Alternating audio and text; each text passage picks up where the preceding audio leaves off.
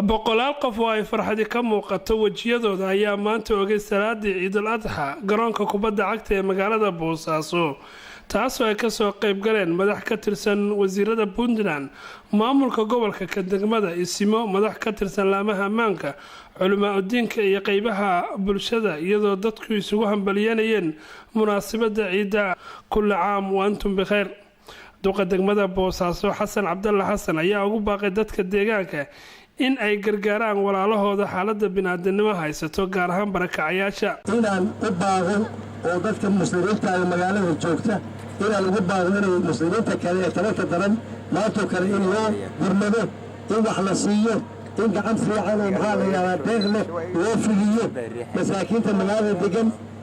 hawshaas oo arrintaas waa arrin muhiima yuusuf mumbid oo ah kusimaha guddoonka gobolka bari ahna ku-xigeenka guddoomiyaha ayaa isna ummad hambalyo u diray ciid mubaarak wa kullu caam wa antum bikhair sanadkan sanadkiisa kale ilaahay haynu ku gaarsiiyo barwaaqo iyo baraare ilaahay haynu ku gaarsiiyo dowlad khayr qabta ilaahay haynoo qabto anoo wanaajiyo oo muxsiniinteenna waxay saxaysataa ilaahay ku toosiyo cadaaladda Puntland Maxamed Siciid Sagaar ka hadlay ummadeena tan deegaanka Puntland iyo dhammaan ka soo qaybgalayaasha ciidan waxaan ugu baaqaynaa dadku dhammaan in gacanta la isqabsado ilaahay wuxuu wactasimu bihablillahi jamiican wala tafarraqu wadkuru ni'matallahi alaykum waxaan rabaa in gacanta la isqab xariga ilaahay la qabsado ummadda iyadoo mid ah oo loo midoobo Suldaan Cabdullaahi Jaanicad ayaa ummadda u duceeyay isla markaana ugu baaqay inay isgargaaraan